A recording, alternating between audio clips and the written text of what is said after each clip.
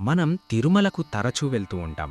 కానీ వెంకటేశ్వర స్వామి వారి గర్భగుడిలో గంట ఎందుకుండదో మీకు తెలుసా? మీరు ఏ ఆలయంలో చూసినా అక్కడ గర్భగుడిలో తప్పనిసరిగా గంట ఉంటుంది. కానీ వెంకటేశ్వర స్వామి వారి ఆలయంలో మాత్రం గంట ఉండదు. ఎందుకంటే 13వ శతాబ్దంలో ఒక బ్రాహ్మణ దంపతులుండేవారు. వాళ్లకు పెళ్ళై చాలా సంవత్సరాలు గడిచినా పిల్లలు పుట్టలేదు. ఈ దంపతులు వెంకటేశ్వర స్వామి వారికి మంచి భక్తులు కావడంతో చాలా సంవత్సరాల పాటు పిల్లలు పుట్టాలని స్వామివారికి పూజలు చేశారు.